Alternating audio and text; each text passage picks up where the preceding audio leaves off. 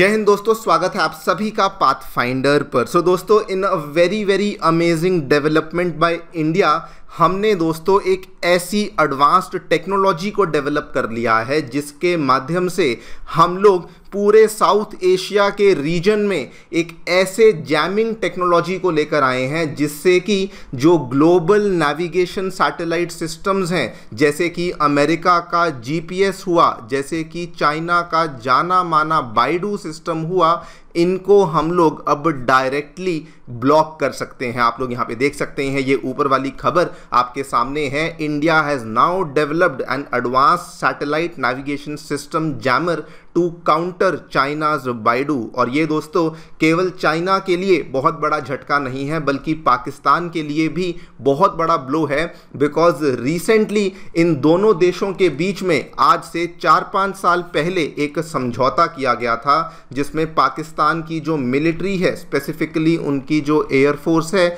वो इसी Chinese navigation satellite system का इस्तेमाल करती थी। एंड इसके अलावा पाकिस्तान अमेरिकन जीपीएस का भी इस्तेमाल करता था। लेकिन अब हम एक ऐसी तकनीक ले आए हैं, ऐसी टेक्नोलॉजी ले आए हैं कि अगर कभी कॉन्फ्लिक्ट जैसा सिचुएशन होगा तो हम लोग बॉर्डर एरियाज़ में एलओसी पे, एलएसी पे इन जैमर्स के माध्यम से उनकी नेविगेशन सैटेलाइट सिस्टम को ही बेसिकली ब्लॉक कर पाएंगे। इसी के बारे में चर्चा करने वाले हैं कि क्या एग्जैक्टली हमें यहाँ पे देखने को मिला है, व्हाट इज़ दिस टेक्नोलॉजी जो कि इंडिया ने बनाई है, कैसे ये काम करती है और कैसे ये इंडिया को कॉन्फ्लिक्ट के टाइम पे एक बहुत बड़ा एज दे सकती है। आइए शुरू करते हैं मेरे साथ। मेरा नाम है अनिरुद्ध। यदि आप लोग हमें फॉलो करना चाहते हैं, हमारे लेक्चर्स के अपडेट्स को प्राप्त करना चाहते हैं, तो यहाँ पर दिए गए टेलीग्राम चैनल्स के माध्यम से ऐसा कर सकते हैं। दोस्तों, आगे बढ़ने से पहले आप सभी को बताना चाहूँगा, आपकी यूपीएससी परीक्षा की तैयारी को आसान एवं अफोर्डेबल बनाने के लिए अनअकैडमी ने सभी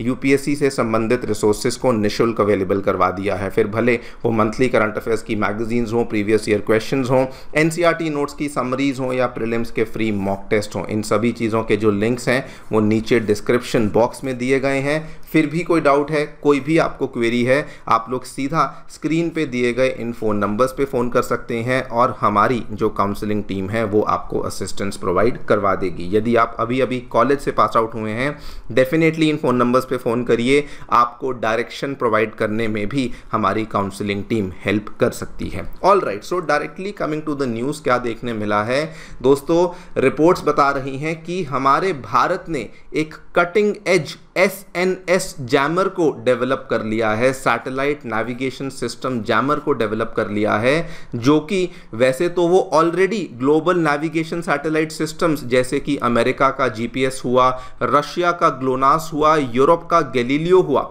इनको तो काउंटर कर ही पाता था, but now we also have something जो कि चाइना के बाइडू नेविगेशन सैटेलाइट सिस्टम को भी काउंटर कर सकता है। आपको बता दूं, जिस तरीके से ये तीनों के तीनों systems global navigation satellite system है, वैसे ही चाइना का भी जो सैटेलाइट सिस्टम है ये भी दोस्तों GNSS की कैटेगरी में ही फॉल करता है। बिफोर वी टॉक अबाउट कि कैसे ये हमारी हेल्प करेगा, आपको बता दूं ये काम कैसे करता है। तो देखिए, ये दोस्तों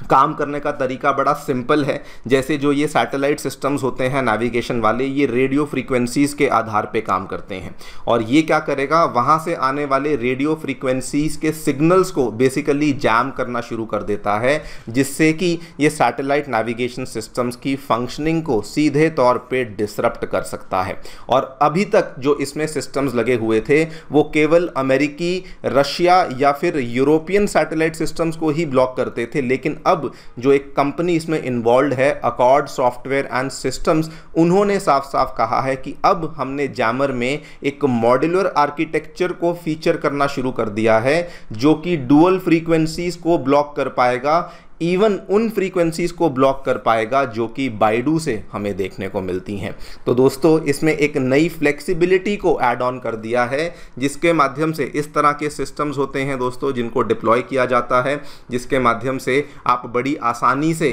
सामने से आने वाले या ऊपर से आकाश से आने वाले जो सैटेलाइट सिग्नल्स हैं उनको बड़ी आसानी से यहाँ पर ब्लॉक करना शुरू कर सकते हैं। द बेस्ट पार्ट इज़, इसको इस तरीके से डिज़ाइन किया गया है कि जो हमारे नाविक नाविक सिग्नल्स आते हैं, यानी कि जो इंडिया के हमारे IRNSS Indian regional navigation satellite system से आने वाले जो यहाँ पे सैटेलाइट सिग्नल्स हैं उनको ब्लॉक नहीं करता, यानी कि हम लोग उनका इस्तेमाल बड़ी आसानी से कर पाएंगे, उसमें कोई दिक्कत नहीं आएगी। लेकिन जो दूसरे सिस्टम्स हैं उनको ये ब्लॉक कर देता है। जो लोग नाविक के बारे में नहीं जानते, आपको ब्रीफली बता दूं, ये दोस्तों हमारा IRNSS सिस्टम है जिसको लेकर हमारी गवर्नमेंट काफ़ी लंबे टाइम से काम कर रही थी। अब हमारा सिस्टम फुली ऑपरेशनल भी है। हालांकि अभी तक ये केवल एक रीजनल नेविगेशन सैटेलाइट सिस्टम है, लेकिन इंडिया के लिए ये बिल्कुल पर्याप्त है और इंडिया में इसकी जो सर्विसेज हैं वो मिलिट्री सर्विसेज भी हमें देखने को मिलती हैं, जिसके माध्यम से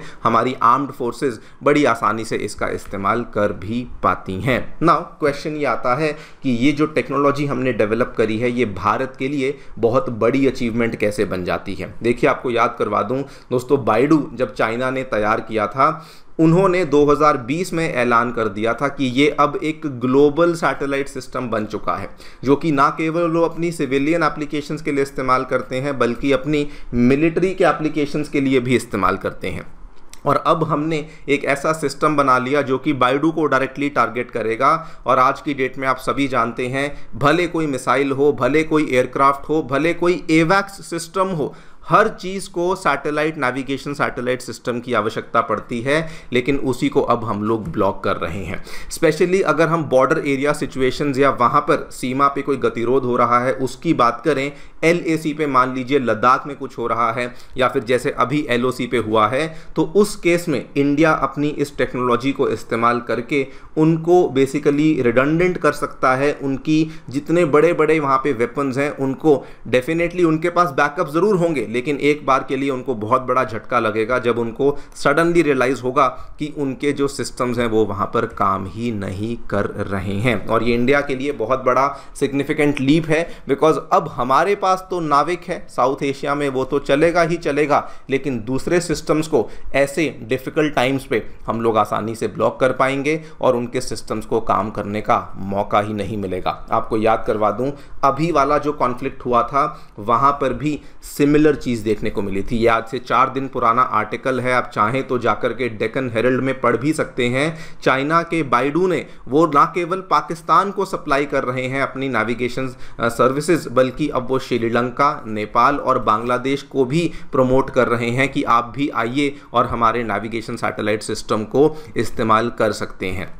वहाँ पर भी पाकिस्तान ने चाइना के और अमेरिकी नेविगेशन सिस्टम्स के माध्यम से अपने एयरक्राफ्ट्स को नेविगेट करने का प्रयास किया, लेकिन इंडिया ने वहाँ पर भी ब्लॉकर्स को डिप्लॉय कर दिया था सो दैट उनके नेविगेशन सिस्टम्स यहाँ पे फेल हो जाएं। And we were successful also, अगर आप देखें, बिकॉज आपको मालूम होगा जब टेंशन्स बढ़ रही थी पाकिस्तान बार बार ऐलान कर रहा था कि हम मिसाइल का टेस्ट करने वाले हैं, हम यहाँ पे हवाई एयरक्राफ्ट्स को लाने वाले हैं वगैरह वगैरह, या हम लोग जो है समुंदर से मिसाइल का टेस्ट करेंगे, नोटैम्स को इशू कर रहे थे। उन सभी चीज़ों के लिए इंडिया ने वहाँ पर सिस्टम्स को डिप्लॉय किया था टू मेक श्योर कि वो अपने टेस्ट को सही से ना कर पाएँ। और अब हमारे पास एक ऐसी टेक्निक आ चुकी है जिससे कि ना केवल GPS ग्लोनास बल्कि अब दोस्तों हम लोग चाइना के बाइडू सिस्टम को भी इफेक्टिवली यहाँ पर ब्लॉक कर सकते हैं। देखते हैं आगे क्या होता है। I think this is a very very important development from the point of view of